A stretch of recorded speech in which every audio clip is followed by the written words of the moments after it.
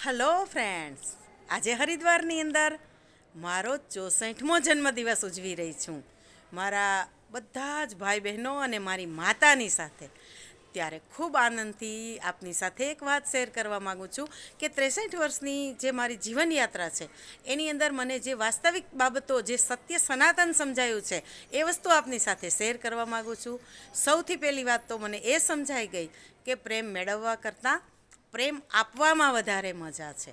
બીજી વાત તો કે આપણો અભિગમ, આપણો દૃષ્ટિકોણ, આપણી પ્રતિક્રિયા એ આપણા કંટ્રોલમાં હોવા જોઈએ અને માત્ર ને માત્ર એ જ આપણા કંટ્રોલમાં છે અને એટલે જ એને હંમેશા પોઝિટિવ રાખવા જોઈએ.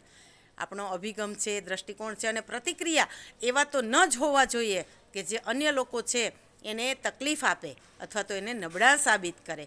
આપણી લીટી મોટી કરવામાં કશો જ દોષ નથી, પણ આપણી લીટી મોટી કરવામાં અન્યની લીટી ટૂંકી કરવી એ ખરેખર સારી બાબત નથી. ત્રીજી વસ્તુ તો કે ઘરમાં નિષ્ક્રિય બનીને અન્ય લોકોની સેવા લેતા લેતા જીવવું એના કરતાં યોગી, ઉપયોગી અને સહયોગી બનવું ને એમાં ખૂબ મજા છે મિત્રો. ઘણી વખતે વિચારીએ ને તો જગતને બદલવા કરતાં જાતને બદલવી, પરિવારને બદલવા કરતાં પંડને બદલવું એમાં મજા પણ છે અને એ બહુ સરળ વાત છે. એક વખત કરી જોશો તો કદાચ આપણને ખબર પડશે. એવી જ રીતે મિત્રો, ઘણી વખતે નિષ્ક્રિય બનીને ઘરમાં આપણે બોજારૂપ બની જઈએ છીએ, પરાવલંબી બની જઈએ. હવે હું વૃદ્ધ થઈ ગઈ, મારાથી કશું થાય નહીં, મારાથી આમ થાય નહીં, મારાથી તેમ થાય નહીં. એ વસ્તુ તદ્દન ખોટી છે. તંદુરસ્તીને ટનાટન રાખવી હોય તો તન મનને તંદુરસ્ત રાખવા હોય તો કસરત, યોગ, પ્રાણાયામ એની સાથે સાથે ઘરના નાના મોટા કામ સતત કરતા રહેવું જોઈએ અને એ કરતા રહેશું તો જ આપણી જાત છે એ ચાલશે. આ રીતે મિત્રો જીવનની અંદર ઘણી બધી બાબતો છે કે જે આપણે ક્યારેય જોઈ જ નહોતી. આવી નવી ટેકનોલોજી, નવી બાબતો એને સમજવા, શીખવા અને સ્વીકારવા હંમેશા તૈયાર રહેવું જોઈએ. આ મારાથી નહીં થાય, આ મને નહીં આવડે, આવું તો મને ગમે જ નહીં, આ આપણે ન કરવું જોઈએ. એની સાથે સાથે આપણા વિચારો, આપણી માન્યતાઓ, આપણી રૂઢિઓ એને વળગી ન રહેતા બદલાતા સમય સાથે આપણા વિચારોમાં, આપણી રૂઢિઓમાં અને આપણી માન્યતાઓમાં પણ બદલાવ લાવતા શીખવું પડશે અને એ ખૂબ જરૂરી વસ્તુ છે.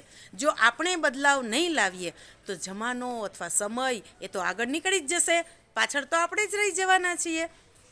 બીજું મિત્રો, ઘણી વખતે જીવનમાં સુખી થવા માટે આપણે કહીએ ને સાંભળ્યું અણસાંભળ્યું કરવું બહુ જરૂરી છે. ઘણી વખતે આપણી ઘસાતી કે આપણને ન ગમે એવી કોઈ પણ વાત સાંભળવા મળે તો જાણે સાંભળી જ નથી એમ કરીને ભૂલી જવાનું. અને ઘણી બધી બાબતો એવી છે કે ન સાંભળવા છતાં સંભળાઈ જવી જોઈએ. કઈ રીતે? તો કે પરિવારના સભ્યોના મોઢા ઉપરથી આપણને એના ગમા, એના અણગમા એને સમજી અને એને ન ગમે એવું ન કરવું જોઈએ. આ ન કહેલી વાત સાંભળવા બરાબર છે. આવી ઘણી બધી બાબતો છે એ જીવનમાં મને 63 વર્ષે બરાબર સમજાઈ ગઈ છે. જો કે આજે હું મારા સંતાનોને ખૂબ મિસ કરું છું, કારણ કે 3માંથી એકેય મારી સાથે નથી અને હું તો અહીંયા મારે બહેનો, ભાભી અને બા સાથે એક એવું કામ કરવા આવી છું કે આજે મારા ભાઈ માટે હું ગૌરવ લઈ શકું કે મારા ભાઈએ અમને બહેનોને એ હક આપ્યો કે બાપુજીના અસ્થિ વિસર્જન મારી બહેનો કરશે. પણ સામે પક્ષે મિત્રો, બહેનો પણ એવી છે, ભાઈ અમારે તારી સંપત્તિમાંથી કંઈ નથી જોતું, બસ અમને તું આ હક આપે છે ને ભાઈ, તું આજે અમારો બાપ બનીને બેઠો છે.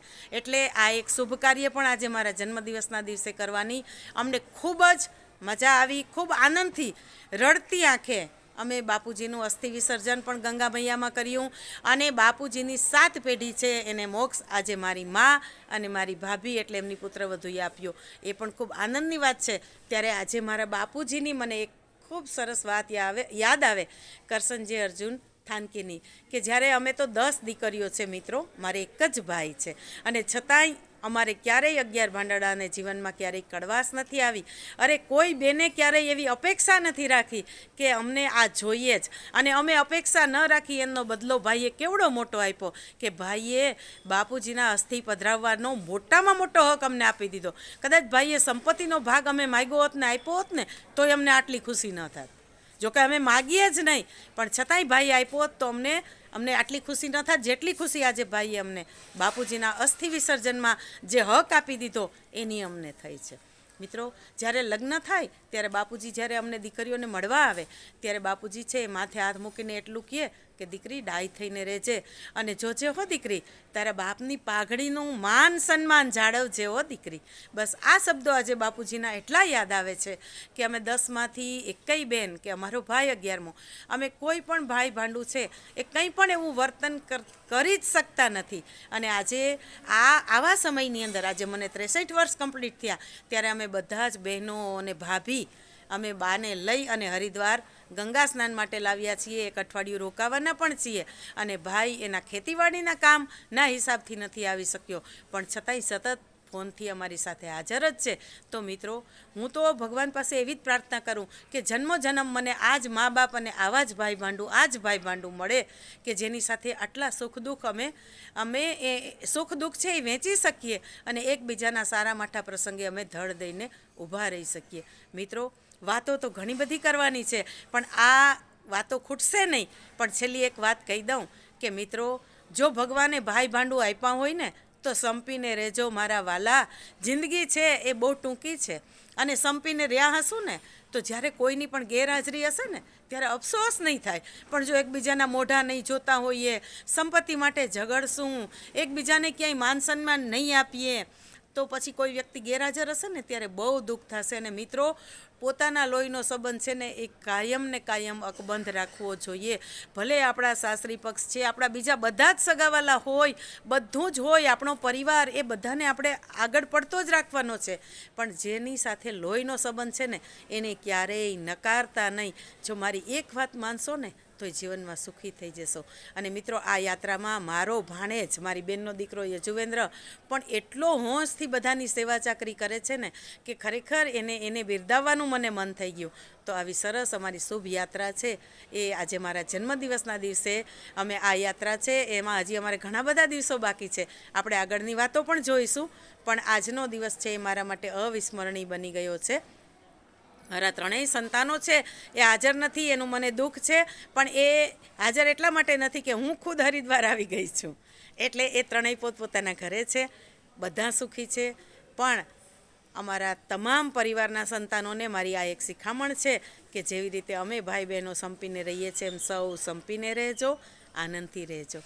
ચાલો ત્યારે મિત્રો, હરિદ્વારની વાતો આજે પૂરી કરી. આવતીકાલે ઋષિકેશ જવાના છીએ, આવતીકાલે ઋષિકેશની વાતો કરશું. ચાલો ત્યારે, સૌને જય શ્રી કૃષ્ણ.